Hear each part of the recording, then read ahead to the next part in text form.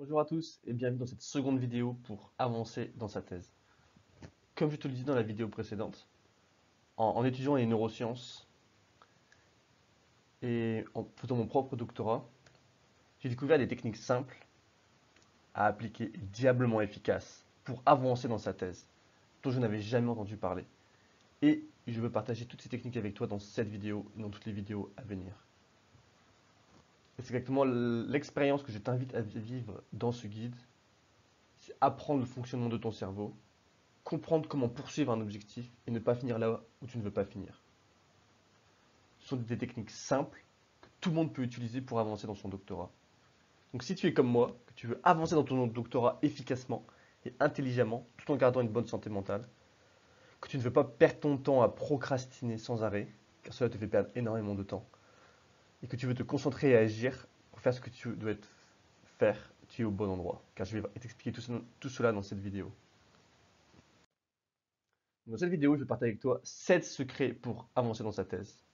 Tirer des neurosciences pour agir, planifier, se concentrer, être motivé et du coup enfin avancer dans sa thèse. Donc si tu es comme moi et tu rêves d'un doctorat qui avance bien, qui te fait sentir bien, dans lequel tu sais où aller, tu sais comment y aller, tu es au bon endroit. Reste jusqu'au bout de la vidéo et mets-la en pratique. Et après reviens sur la vidéo pour commenter et me dire comment ça a impacté ton doctorat positivement.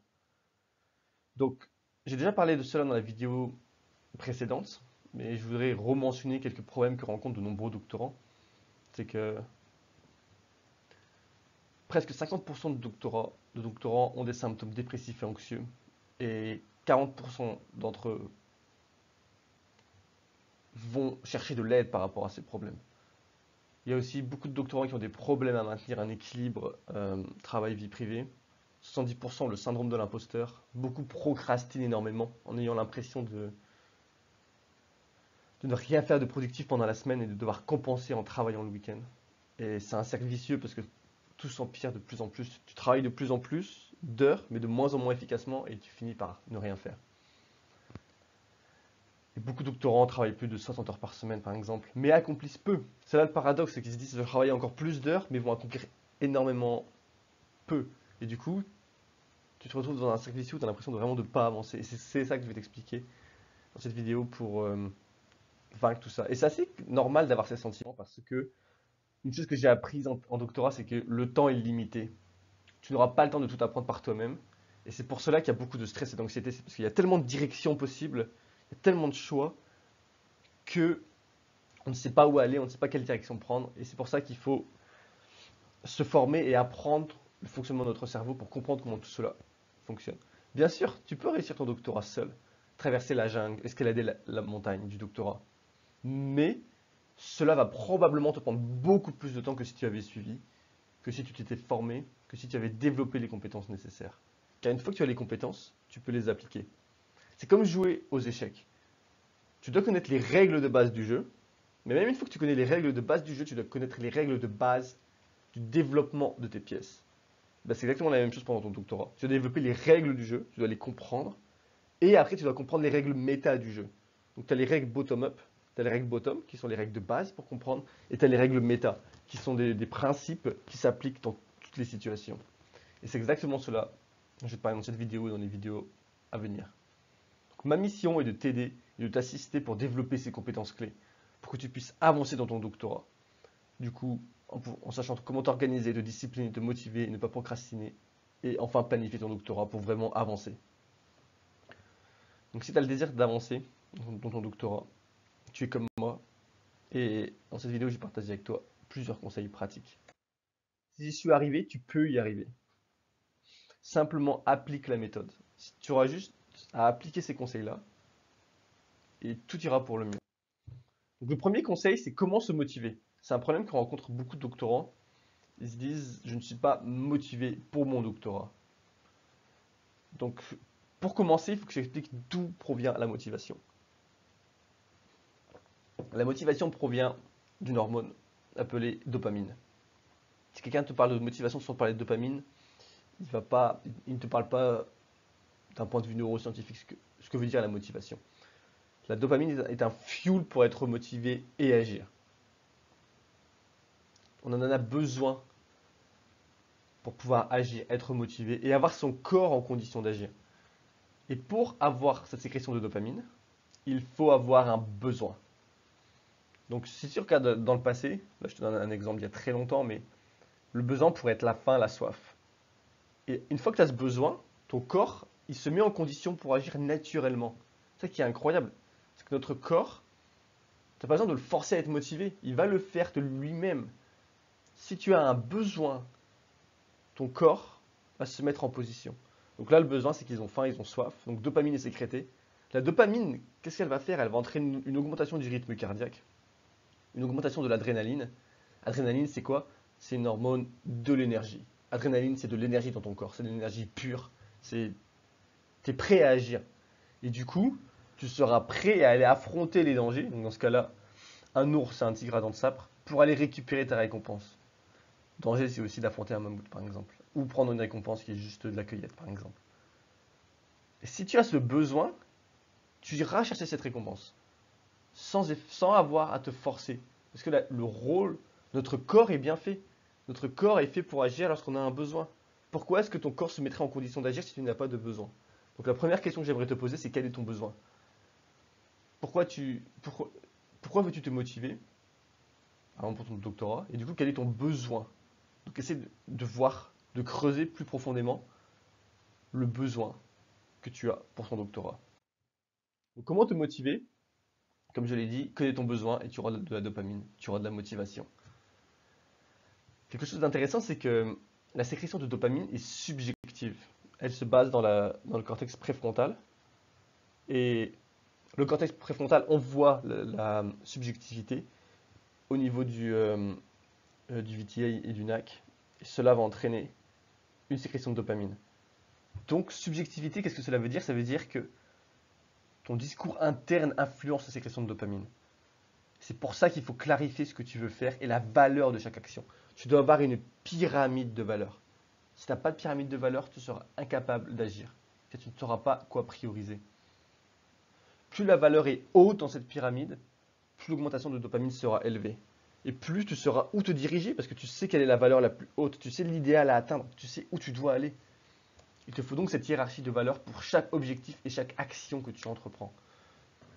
Donc, quel est l'objectif au sommet de ta pyramide de valeurs? Est-ce que c'est obtenir ton doctorat? Ou est-ce que c'est avoir une vie de famille? Est-ce que c'est être en bonne santé? Qu'est-ce qui est au pinacle? Qu'est-ce qui est au sommet? Puis tu peux diviser et réduire à arriver à un champ de plus en plus large. Et ce qui est au sommet devrait être quelque chose pour lequel tu es capable de travailler chaque jour, de te donner à fond chaque jour. C'est quelque chose qui est vraiment important pour toi. Donc demande-toi pourquoi pour chacun de tes objectifs. Et demande-toi si ça vaut le coup d'être poursuivi. Essaie d'identifier le besoin de ces objectifs. Trouve ce qui te motive dans ces objectifs et actions. Bien sûr, tu dois être honnête avec toi-même. Car ton cerveau va savoir que tu te mens à toi-même. Si tu te dis oh, j'ai envie de faire mon doctorat pour X ou Y raisons, mais que ce ne sont pas des vraies raisons, ça ne fonctionnera pas. Et faire cela, c'est nécessaire pour persister pendant 3 à 5 années de doctorat. Un doctorat, c'est long et tu ne peux pas espérer juste avoir ton kick de la nouveauté, le kick de motivation dû à la nouveauté de la chose, persister sur le long terme. Ça ne fonctionnera pas. Donc, tu te dois de hiérarchiser tes valeurs. Si tu n'as pas de hiérarchie, tu ne pourras pas agir, car tu seras paralysé. Mais ça, j'en parlerai dans quelques minutes. Faire un doctorat est difficile, la volonté et la motivation initiale ne sont pas suffisantes. Tu as besoin de te connecter à tes rêves et tes désirs. Donc, prends le temps d'organiser et de clarifier chaque objectif par ordre d'importance et de leur donner une valeur subjective.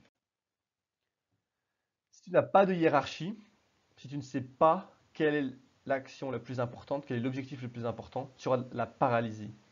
Car ton cerveau ne sait pas où aller, il ne sait pas quelle montagne escalader, car il voit 15 montagnes en face de lui.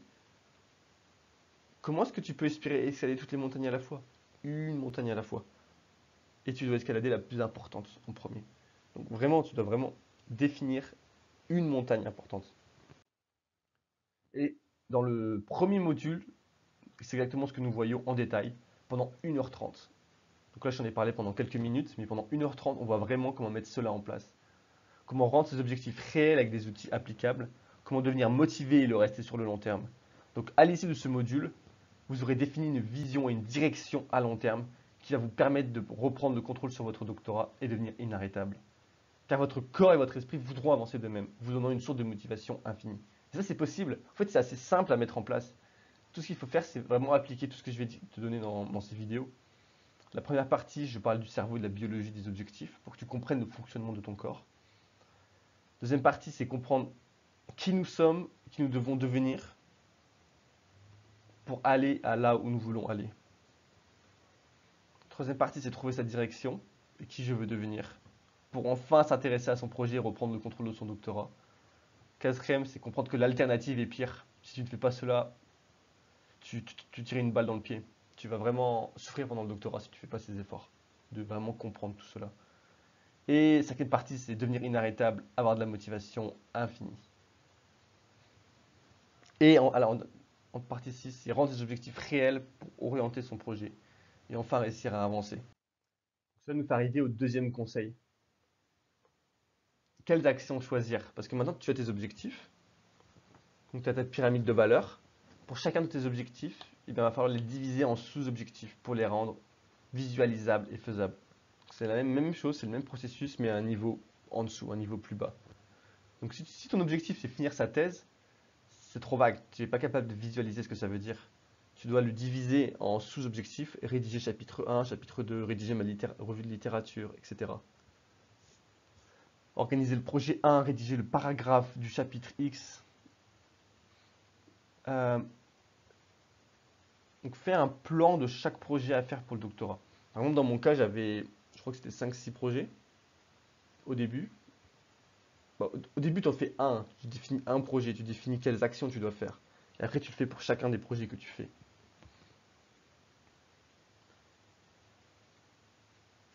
Ajoute aussi quand tu penses faire un projet. Donc, en fait, tu vas tout noter. Tu notes tout pour être sûr de décrire chaque projet. Et si tu fais ce que tu as noté, tu devrais être capable d'atteindre l'objectif. C'est ça l'idée. Donc, rédige chacune des actions qui vont devoir être effectuées pour chacun de tes objectifs. Bien sûr, tu as besoin de faire ça toujours et à chaque fois. Au bout d'un moment, ce sera vraiment intégré et tu l'auras en toi. Mais au début, c'est vraiment important. C'est de vraiment rédiger toutes les actions qui doivent être faites. L'action doit être claire et visualisable. Tu dois pouvoir t'imaginer en train de faire l'action. Parce que comment peux-tu espérer faire cette action toi-même si tu n'es pas capable de la visualiser? Si tu me dis, je dois rédiger ma thèse, qu'est-ce que cela veut dire? Imagine-toi en train de le faire, vis la chose. Imagine-toi en train de taper sur ton ordinateur. Qu'est-ce que tu es en train de taper? Qu'est-ce que tu rédiges? Visualise vraiment le processus en entier. Si tu as l'impression d'avoir trop de choses à faire, vide ton esprit. Rédige tout ce que tu dois faire sur un papier. Donc, il y a des moments où on panique et notre cerveau il commence à être un peu anxieux. Et l'anxiété provient d'un trop plein de choses à faire ou une impression de trop plein de choses à faire. Trop de directions dans lesquelles tu te diriges. Et c'est exactement ce dont je te parlais juste avant, c'est que si tu as trop de directions, tu vas être paralysé. Donc, tu dois tout rédiger sur un papier. Et lorsque tu auras tout rédigé, ton cerveau déjà il devrait commencer à sentir mieux. Puis, tu fais une pyramide de valeurs de toutes les actions à faire pour chaque projet. Encore une fois, c'est ton cortex préfrontal qui a besoin de savoir quelle est l'action la plus importante. Si tu ne définis pas une action plus importante que les autres, tu seras incapable d'agir. Parce que toutes les actions auront la même importance. Et du coup, tu n'auras pas un désir de faire une action plus que l'autre. Parce qu'elles ont toutes la même importance. C'est pas comme ça que ça fonctionne. Il y a des actions plus importantes. Et tu dois les placer en haut de ta pyramide. Tu dois les rédiger et placer les actions importantes en haut de la pyramide. Essaye de penser aux résultats que tu espères obtenir de chaque action. Est-ce que le résultat est vraiment utile, important? Ou est-ce que c'est juste de la procrastination? Est-ce que cette action te fait avancer dans tes résultats à long terme? Chaque action doit être liée à tes sous-objectifs, qui est liée à tes objectifs. Quelles sont les actions les plus importantes qui vont te faire avancer dans ton projet? Donc tu penses à ton projet, tu essaies de penser aux actions les plus importantes pour ce projet. Quelles sont les actions qui sont moins importantes pour ton projet? Est-ce qu'il y a des actions qui ne sont pas nécessaires? Si oui, élimine ces actions dès que. Cela nous emmène au même point. Si tu n'as pas de hiérarchie d'action, de valeur d'action, tu seras paralysé car ton cortex frontal n'aura pas le désir d'agir parce qu'il ne saura pas quoi faire. Donc ton corps ne pourra pas se mettre en condition d'agir. Donc si tu n'arrives pas à agir, c'est peut-être parce que tu n'as pas de hiérarchie de valeurs. Tu ne sais pas quelle est l'action la plus importante. Donc prends le temps de définir ces actions. Et en fait, une fois que tu l'auras défini, l'action qui est le plus importante à faire maintenant, ton corps sera capable de se mettre en condition et tu pourras faire cette action assez facilement. Maintenant, il faut planifier ces actions. Donc tu as défini ces objectifs à long terme et tes actions. Et donc comment moi je planifie? Donc c'est ma façon de faire. Je ne sais pas si c'est la meilleure, mais c'est celle qui fonctionne le mieux pour moi. Et j'ai vraiment essayé toutes les méthodes que j'ai entendues, dont on m'a parlé, dont j'ai lu. C'est vraiment ce qui fonctionne le mieux, je trouve. C'est en fin de semaine, le vendredi soir, en fin de semaine, ou le dimanche soir, ça dépend des semaines. En général, je fais ça le vendredi soir, parce que je travaille jamais sur mon doctorat le week-end. Je ne rédige jamais sur mon doctorat le week-end. Donc, la première chose, c'est de contempler ce que tu as fait dans la semaine. Tu prends du recul, tu prends une vue omnisciente, et tu regardes ce que tu as fait de la semaine. Est-ce que tu as fait des actions? Est-ce que tu as avancé concrètement dans tes objectifs? As-tu réussi ton plan? Oui, non, pourquoi? Puis, par rapport à ça, je planifie mes actions pour la semaine prochaine. Donc je rédige dans une sorte de... J'ai un agenda dans lequel je fais tout cela. Et dans cela, je vais planifier les actions que je veux faire la semaine prochaine. Donc pourquoi est-ce que je fais ça le vendredi soir? Déjà parce que j'ai encore tout en tête, donc tout est frais dans mon esprit, car je me souviens ce que j'ai fait la semaine, et je sais ce qui doit être fait, ce qui reste à faire. Le plus important, ça permet à mon cerveau de se préparer à la semaine à venir. Si tu ne prépares pas en amont ce que tu dois faire la semaine prochaine, ton cerveau ne sera pas préparé. Et du coup, tu te retrouveras à perdre du temps. Si tu fais ça en début de semaine, eh bien, moi je trouve que tu perds une matinée, et peut-être même une journée. Parce que si tu te réveilles et que tu te dis, ouh, qu'est-ce que je dois faire? Ta première pensée sont à te concentrer sur quelque chose que tu dois faire au lieu de te concentrer sur la chose que tu dois faire. Tu te retrouves concentré à devoir penser à ce que tu dois faire. Alors que le vendredi soir, en fin de journée, en général, tu n'es plus vraiment capable de faire des grosses choses, des grosses actions. Donc penser à ce que tu vas devoir faire la semaine prochaine, ça ne demande pas beaucoup d'efforts, c'est même assez relaxant. Je t'invite à planifier une action clé par jour. Discerne le bon grain de livrer. Fais les bonnes actions, pas les mauvaises. Mais j'en parlerai un peu plus tard. Vise à fermer les boucles. Termine les projets que tu as commencés. Termine autant de projets que possible. Termine autant d'actions que tu as commencées. Chaque boucle ouverte est un poids mental. Chaque boucle fermée apaise l'esprit. Donc ne te disperse pas. Ne commence pas 50 projets. Commence un projet et termine-le.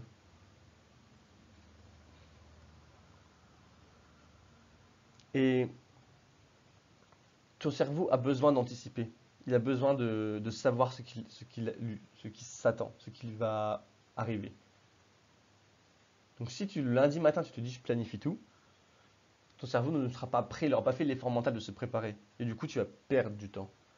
Et c'est ce dont nous allons voir dans le module 2, planifier son doctorat, donc un module d'1h12, à l'issue duquel vous connaîtrez votre plan de doctorat et comment agir chaque jour et chaque semaine pour enfin avancer dans son doctorat et sortir de la frustration d'avoir l'impression de ne pas avancer, de ne rien faire, tout en ayant enfin du temps libre.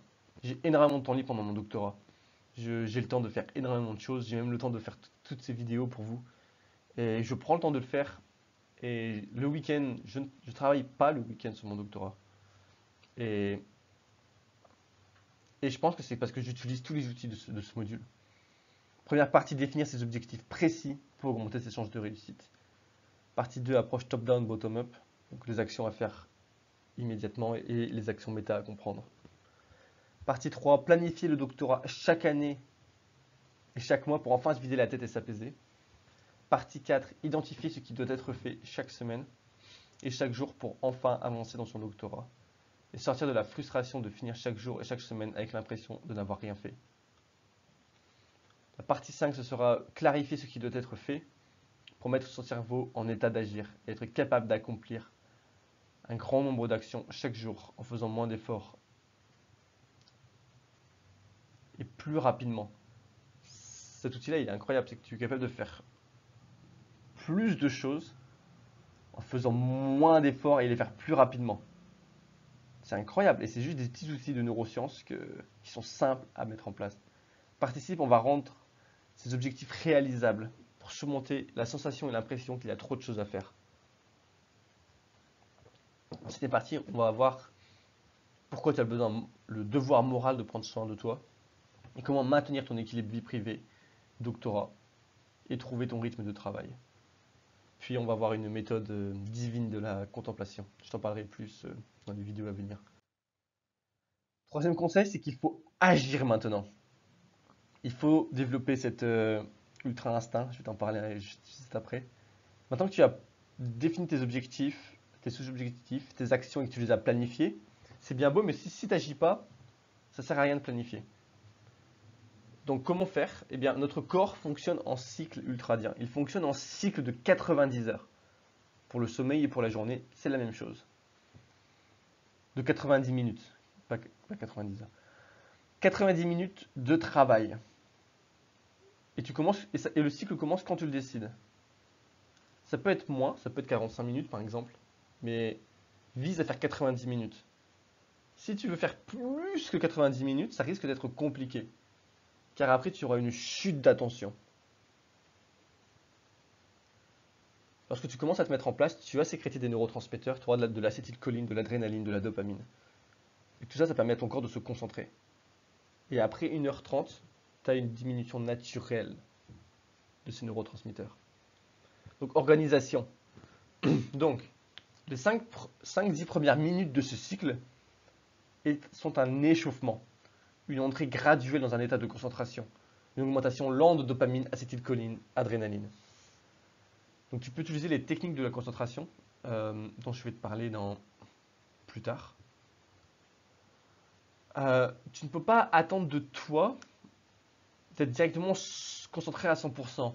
C'est comme le sport, il faut s'échauffer. Et si tu veux tout de suite aller à fond, tu risques de te blesser plutôt que de faire pire que mieux. Donc accepte qu'il te faut quelques minutes pour te concentrer. Sauf si c'est vraiment une action que tu rêves de faire et que tu as juste le gros désir de faire, tu seras immédiatement dedans. Sinon, ça va prendre un peu de temps d'être vraiment dans ce cycle ultradien.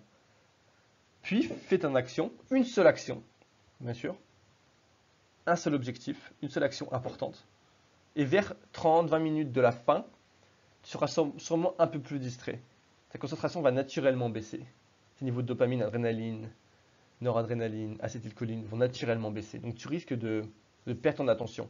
Et si cela arrive, même pendant le cycle, accepte-le et recentre-toi. Tu perds ton attention et tu la recentres. Tu recentres ton regard. Le regard est très important. Car là où tu regardes, définit ta réalité. Donc regarde au bon endroit. Ressens ce que ça fait d'être bien concentré par une activité et de sentir ton attention tiltée vers autre chose et de la ramener constamment vers ce qui doit être fait. Porte ton attention sur ce qui est juste. Donc combien de cycles ultradiens par jour? Déjà, je t'invite à essayer d'en faire un par jour. Un par jour. Lorsque tu te réveilles le matin, par exemple. Ou peu importe ce qui fonctionne le mieux pour toi. Puis 2-3 par jour, ce serait déjà excellent. 2, ce serait excellent le matin, l'après-midi. 4 maximum. Je ne pense pas que tu sois capable de faire plus de 4. 4, ça fait déjà 6 heures. Et il y a peu de chances que ton cerveau soit capable de se concentrer à ce point-là. Et tu ne peux pas enchaîner 2 cycles ultradiens. Il faut que tu prennes une pause. Et j'aimerais mentionner quand même que si tu me dis que tu es capable de faire plus que 4 cycles ultradiens, c'est probablement que tes cycles ne sont pas très focus. Car plus tu es capable de te concentrer dans une tâche pendant ce cycle, moins tu seras capable de faire de cycles. Donc essaie de te donner à fond. Lorsque tu commences ta journée, tu te définis une action à faire. Donc tu as défini la veille. Parce que du coup, ce que je fais, c'est qu'en fin de chaque journée, je fais la même chose que pour la fin de chaque semaine. C'est que je regarde les actions que j'ai faites et je planifie le lendemain. Il faut toujours faire ça constamment. Planifier la veille, ce que tu veux faire le lendemain. Et du coup, lorsque je me réveille le matin, je sais l'action que je dois faire. Et je la fais directement. Je vais travailler 1h30 directement sur cette action. Et après, je vais avoir mon petit déjeuner. Après, c'est à toi d'organiser comme tu le veux. Mais je pense que ce qui fonctionne le mieux, c'est de faire des cycles ultradiens sur une tâche précise. Et c'est pour ça que tu as besoin d'avoir une hiérarchie de valeurs. Parce que tu dois savoir sur quelle tâche, sur quelle action tu dois te concentrer. Et quel objectif tu dois faire en premier. Tu peux aussi le faire le week-end, mais pour faire d'autres actions, si tu n'as pas envie de travailler, tu peux faire un cycle de lecture par exemple, etc. Il faut que tu fasses une pause post-cycle ultradien. Il faut que tu reposes ton regard. C'est très très important. Donc après un effort intense, tu dois faire une pause d'au moins 10-30 minutes, peut-être de plusieurs heures, si tu veux pouvoir être capable de te reconcentrer aussi intensément, en faisant des tâches faciles, des tâches qui demandent moins d'efforts. Si possible, fais cette pause en vision périphérique pour réduire la pression et le focus. Marcher, se promener, pas son téléphone, pas regarder ses emails, car c'est de la vision précise. J'en parlerai plus dans la formation, mais en gros, fais une vraie pause, fais pas des pauses. Je regarde mes emails, va parler avec quelqu'un, prends la pause dont tu as besoin. Donc, ce que je veux dire avec le regard, c'est que là, je vais vraiment toucher à ce sujet, mais vraiment dans la couche la plus superficielle de ce qu'il y a à dire, parce qu'il y a énormément de choses à dire sur ce sujet-là, et j'en parle plus dans la formation. Mais l'idée est de... Lorsque tu te concentres sur quelque chose, tu as tes yeux qui passent en vision focus. Ton champ de vision est réduit. Plus tu vas vite dans une voiture, plus ta vision est réduite et concentrée. Plus tu es concentré sur une action, plus ta vision est réduite et concentrée. Et, et le fait d'avoir cette vision qui se réduit, qui se concentre et qui se focus sur quelque chose, ça entraîne une augmentation de ta concentration. Et c'est pour cela que pendant ta pause, tu ne veux pas garder cette vision concentrée, parce que ton corps n'est pas capable de la maintenir sur le long terme. Et c'est pour ça que pendant ta pause, tu dois avoir un champ de vision périphérique. Regarder au loin, regarder des paysages, aller marcher. Tu ne dois plus avoir cette vision de l'aigle, cet œil de russe. Tu dois vraiment t'élargir et regarder le champ large pour reposer tes yeux. Car reposer tes yeux repose ton cerveau dans le même temps. Donc si tu veux comprendre quels sont les mécanismes, eh bien, on en parle dans le module 3, qui dure 1h20, pour enfin agir pour obtenir sa thèse. À l'issue de ce module, vous saurez comment vous concentrer pour agir et avancer dans votre doctorat en utilisant au mieux chaque minute de votre journée. Partie 1, travailler intensément pour optimiser les 24 heures à notre disposition. Maîtriser son temps et accomplir énormément rapidement. Partie 2, vaincre l'ennemi du travail intense. Comment éliminer les distractions pour enfin gérer son temps intelligemment et rester concentré tous les jours sur son sujet. Partie 3, je parle d'un modèle neuroscientifique de la flèche pour être productif et concentré. Partie 4, la méthode de l'Arche pour garder confiance en ton système. Partie 5, apprendre à organiser son espace de travail. Et on va avoir des outils des neurosciences, comment atteindre un objectif 25% plus rapidement, tout en réduisant l'effort perçu de 20% avec une méthode démontrée scientifiquement. Il y a eu énormément de tests dessus. Cette méthode est efficace, cette méthode fonctionne. Et j'en parlerai plus dans le module 3. Quatrième conseil, c'est que maintenant que nous avons défini des objectifs, des actions, et que nous avons peut-être commencé à agir pour les faire, eh bien, c'est bien beau, mais il faut transformer cela en habitude. Il faut que toutes ces actions-là deviennent des habitudes. Pourquoi? Eh bien, parce que environ 70% de nos journées sont composées d'habitudes réflexives. Donc, tes habitudes définissent qui tu es. Tu es ce que tu répètes. Tu es ce que tu fais chaque jour. Aristote disait, nous sommes ce que nous répétons, nous devenons ce que nous répétons. Donc répète qui tu veux devenir. Agis pour devenir qui tu veux devenir. Agis comme si tu étais déjà cette personne. Et ce que nous répétons se renforce en bien et en mal. Ça va dans les deux sens. Ce que nous faisons devient de plus en plus facile à faire. Le chemin synaptique se renforce. La machine à l'intérieur de toi devient de plus en plus forte, de plus en plus efficace. Lorsqu'on commence à faire une action, elle s'active vraiment dans toutes les parties conscientes de notre cerveau. Et plus nous la répétons, plus elle part dans le cortex frontal, plus elle va partir en arrière. Et ça va être une sorte de vraiment machine qui s'active à l'arrière de ton cerveau et qui juste tourne en automatique. Donc ce que tu fais se renforce, le chemin synaptique se renforce, il devient de plus en plus fort. Ce que nous ne faisons pas, décidons de ne pas faire, se réduit. Le chemin synaptique s'autodégénère. L'action devient de plus en plus dure à faire et cela fait souffrir. Donc lorsque tu es en phase de décider ce que tu dois faire, il faut toujours être conscient de est-ce que j'ai fait cette action ou est-ce que je ne la fais pas. Et être conscient de cela.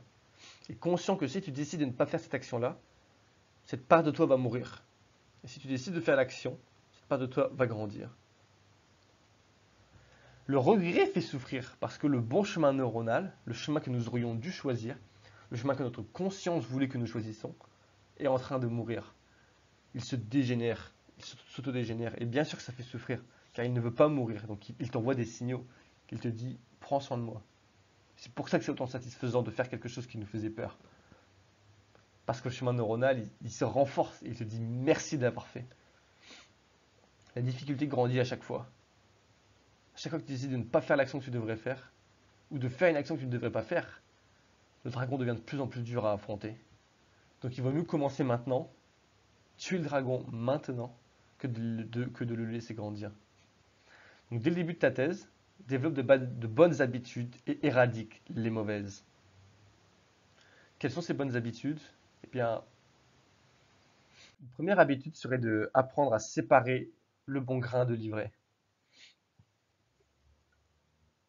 Avant, pendant, après chaque action et objectif. Donc que tu définis, prends du recul, prends une vue omnisciente, prends le temps de contempler l'action que tu viens de faire. J'en parlais il y a quelques minutes. Prends le temps de regarder, d'ouvrir les yeux sur ce que tu viens de faire, et planifie, et sur ce que tu veux planifier de faire ensuite. Donc c'est vraiment être consciemment actif sur ce que tu fais. Est-ce que l'action que tu viens de terminer, d'accomplir, t'emmène dans la bonne direction, là où tu veux aller? Est-ce que cette action te sert ou est-ce qu'elle te dessert? Est-ce qu'elle t'aide à avancer vers ton objectif supérieur? Est-ce que tu es dans la bonne direction? Et si tu prends le temps de répondre à toutes ces questions-là, ces actions-là vont commencer à se transformer en habitude, car tu auras l'effort conscient de ton cortex frontal qui va te dire « Ah bah oui, je vais dans la bonne direction, je veux continuer à aller dans cette bonne direction ». Donc ton cortex frontal, il va justement associer cette action que tu as fait, cette action que tu voulais faire, à quelque chose de bien. Est-ce que cette action t'emmène dans la bonne direction? Ou est-ce que cette action te fait divaguer, procrastiner l'essentiel, prendre un autre chemin non désiré, ne t'aide pas à avancer vers tes objectifs? Dans ce cas-là, pose-toi les questions suivantes. Est-ce que cette action entraîne ta chute?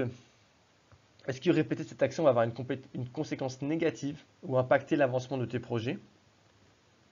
Oui. Dans ce cas, jette cette action mauvaise pour ne pas chuter avec elle. Il vaut mieux se débarrasser de ce qui est mauvais que de le laisser nous entraîner avec lui dans les abysses.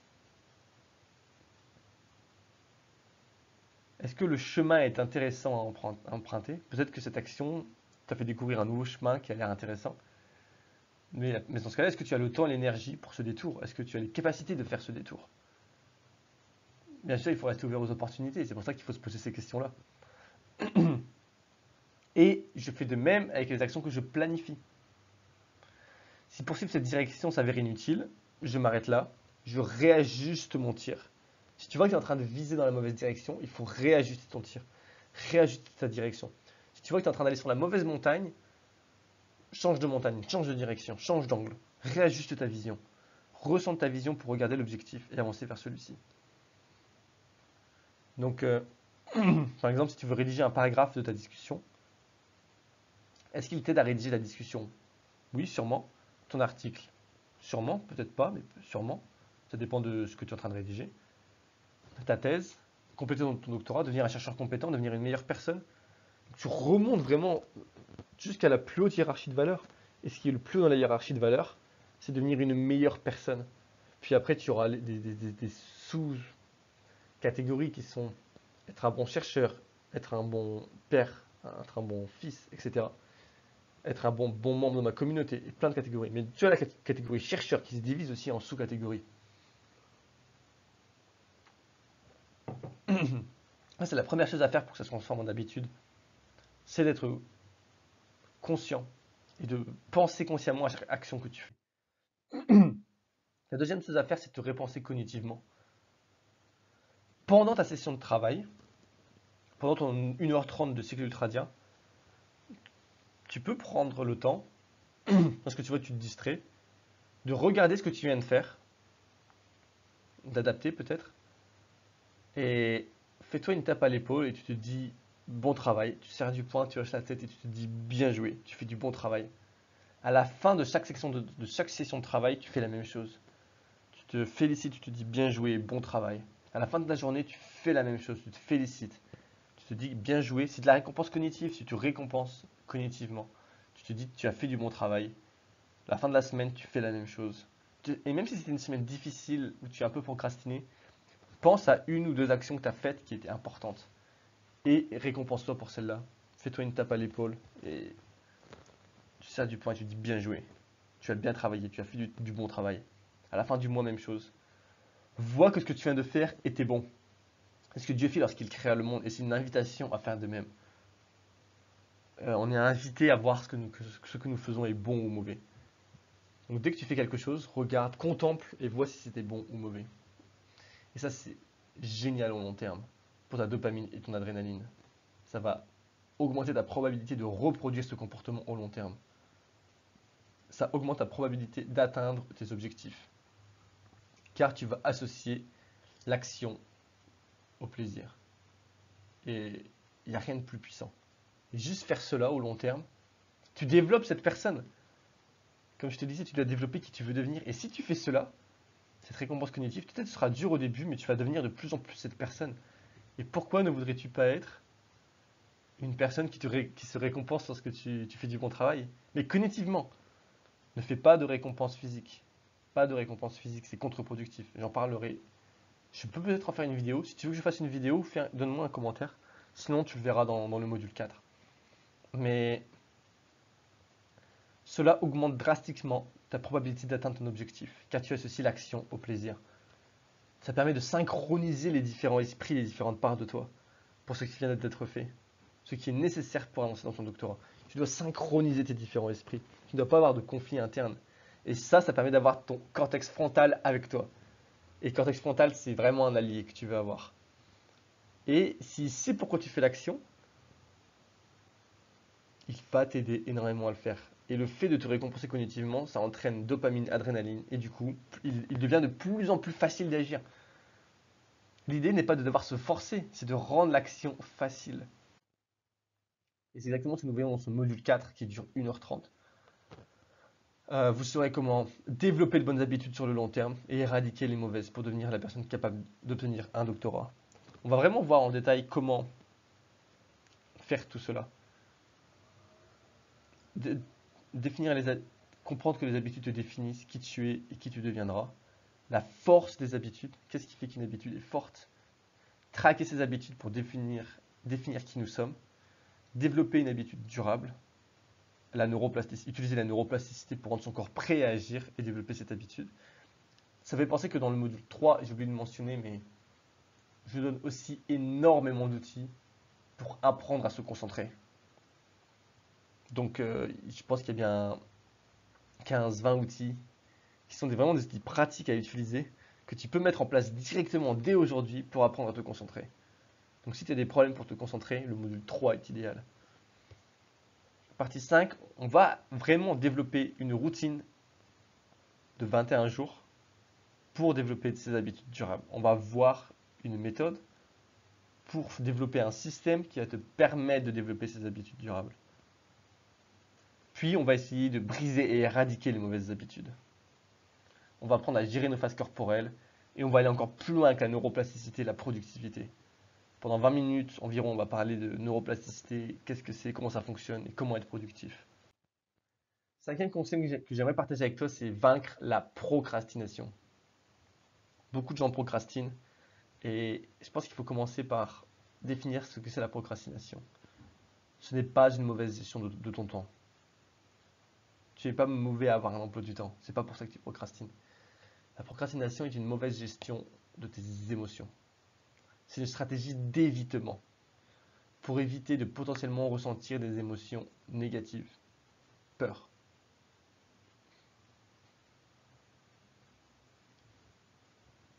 Ce qui se passe, c'est que la tâche procrastinée est probablement une tâche produisant chez toi une ou plusieurs émotions négatives. Ça peut être peu importe l'émotion.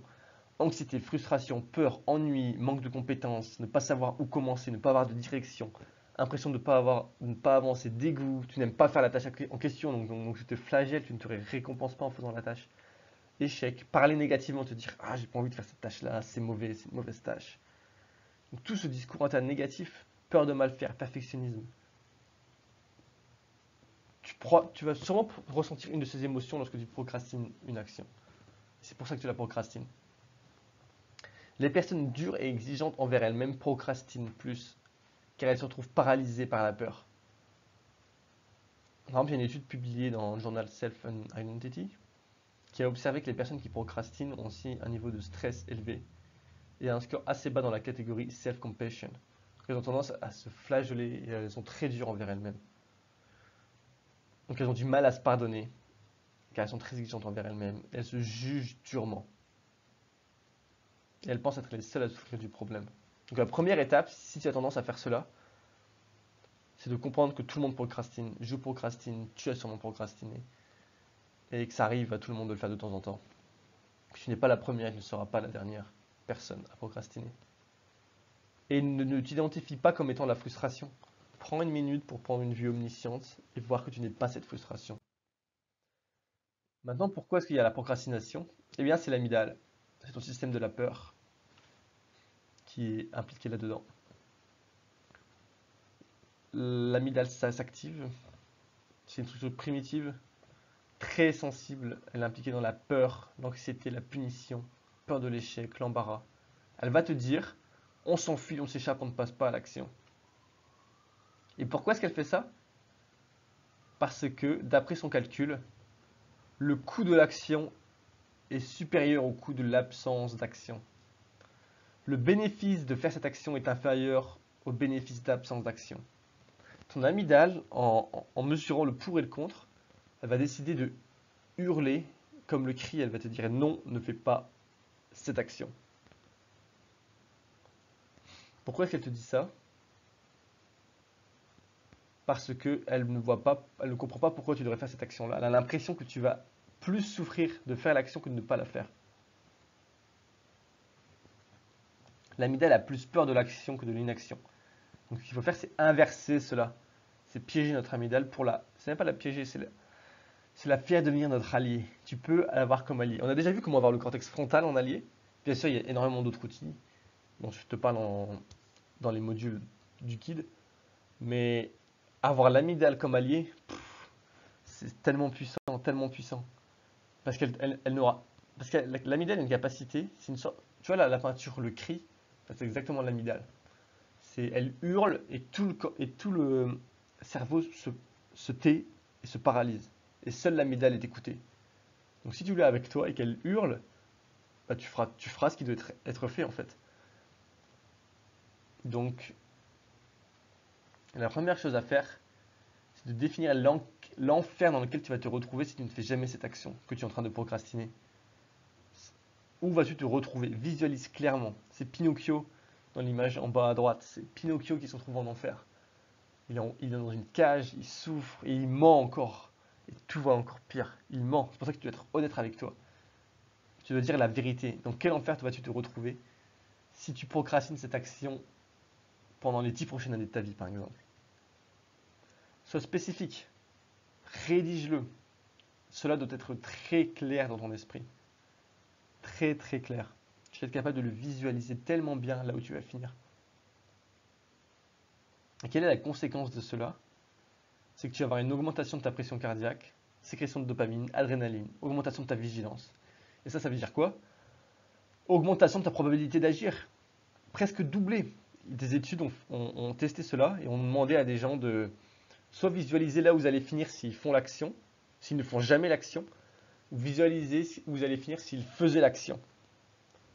Et ils ont observé que ceux qui visualisaient l'enfer dans lequel ils allaient finir ont presque 2 fois plus de chances d'obtenir l'objectif que ceux qui imaginaient là où ils allaient finir s'ils actionnaient l'objectif. C'est incroyable. Tu as juste besoin de visualiser là où tu ne veux pas finir et tu vas pouvoir le faire. Dans mon cas, ça fonctionne tellement bien. Et j'ai toujours fait ça inconsciemment quand j'étais plus jeune. C'était avant une séance de sport, je m'imaginais qui je risque de devenir si je ne la fais pas. Qui je risque de devenir si je ne fais pas mon sport. Je m'imagine devenir. Moi, ce que je m'imagine, c'est que je m'imagine devenir tout ce que euh, perdre mes capacités physiques, perdre mes capacités respiratoires et juste dégénérer lentement mais sûrement. Et ça me donne un de ces boosts d'énergie pour faire mon sport, c'est incroyable. Et c'est exactement la même chose lorsque je fais une action pour mon doctorat. C'est tellement clair là où je finirai si je ne la fais pas et là où je veux aller que ton corps se met en condition d'agir. Encore une fois, c'est pas une question de se forcer, c'est une question de se mettre dans de bonnes conditions d'agir. Et ça aide à rééquilibrer ta hiérarchie de valeurs. Parce que dans ta hiérarchie de valeurs, tu as la valeur la plus haute, mais tu as aussi l'enfer qui est le plus bas. Et ce que tu vas faire, c'est t'enfuir dans l'enfer tout en te dirigeant vers cet idéal. Nous voyons dans le module 5, vous saurez comment prévenir la baisse de motivation et vaincre la procrastination. Et le module 5 dure 50 minutes et on va vraiment en profondeur là-dedans. On va vraiment parler euh, comment ne pas avoir une baisse de motivation, ne pas stagner et maintenir l'envie et comment vaincre la procrastination. Ce qui est intéressant, c'est que si tu ne fais pas tous ces exercices que je t'ai donnés, tous ces exemples que je t'ai donnés dans cette vidéo, mais si tu as encore un peu de mal à voir comment les appliquer, c'est normal, il y a tellement de choses à dire que je n'ai pas pu tout parler dans cette vidéo. Je n'ai pas pu parler de tout dans cette vidéo, mais j'en parlerai dans les vidéos à venir, dans la formation, et aussi dans les vidéos à venir. Mais si tes pensées et tes esprits sont fragmentés, si ton cortex frontal et ton amygdale veulent des choses différentes, eh bien, paralysie, anxiété. Si tu veux escalader 15 montagnes, tu seras paralysé car tu vas aller dans toutes les directions, tu ne pourras pas agir. Et encore pire, tu n'auras pas cette mise en condition, donc ton corps ne se préparera pas à agir parce que tu n'as pas de besoin. Donc tu n'auras pas les émotions positives qui proviennent justement de cela, parce que les émotions positives, la dopamine, c'est aussi des émotions positives, donc tu n'auras pas d'émotions positives. Tu n'auras pas ton corps qui est prêt à agir, donc c'est encore plus dur d'agir. Visualiser là où tu veux aller et définir une montagne à escalader, ça réduit la distance perçue, donc ça augmente encore plus la capacité d'agir. Et si tu n'as pas fait cela, tu seras paralysé, car l'anxiété provient d'un trop grand nombre de choix, un trop grand nombre de possibilités. Si tu as trop de possibilités, ton corps dégénère. Et il est paralysé, il ne sait pas quoi faire. C'est le lapin qui se paralyse lorsqu'il voit le danger. Tu dois apprendre, tu dois avoir un chemin à prendre et essayer de le suivre. Et j'ai utilisé ces conseils, ces méthodes. Et voici le résultat après 2 années de doctorat. Donc là, je suis à la fin de mon doctorat, mais ça, c'était après 2 ans. J'ai eu un meeting avec mes superviseurs et on discutait. Et la conclusion de ce meeting, si tu lis l'anglais, je t'invite à mettre pause et à le lire. Mais c'est que mon doctorat is well on track, donc il avance bien, il se déroule bien, que j'ai déjà publié 3 articles scientifiques, j'en ai 3 autres en chemin, et que j'ai assez de matériel, de data, j'ai assez rédigé après 2 ans pour compléter mon doctorat. Sachant qu'aux Pays-Bas, le doctorat en général dure 4 ans. Souvent, les gens veulent une extension 4 ans, 4 ans et demi. Mon entraînement est ahead of schedule, donc j'ai aussi suivi 2 fois plus de cours que ce dont j'avais besoin. J'ai fait des actions en plus, j'ai organisé un symposium, un challenge vidéo, j'ai postulé à une bourse, j'ai organisé un training workshop.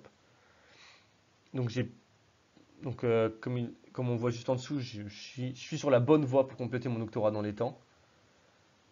Euh, et en conclusion, il dit que j'ai performé bien mieux que ce qu'il aurait pu attendre de moi pour un doctorant de 2e année. Et j'ai pu faire cela parce que j'ai appliqué les outils dont je t'ai parlé précédemment et dont je devais te parler dans ce guide. Donc le guide avancé dans sa thèse, je vais t'en dire plus dans les prochaines vidéos, mais en gros il y a plus de 7 heures de vidéo. Et j'ai tout épuré, j'ai tout testé pour vraiment te donner tout ce qui est pur, méta et associé aux neurosciences.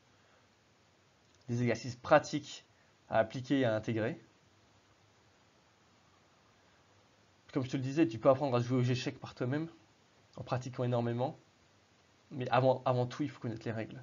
Et je pense que c'est ce qui fait gagner du temps, c'est connaître les règles. Le temps en thèse passe très vite et avoir ces outils en main va te faire gagner énormément de temps.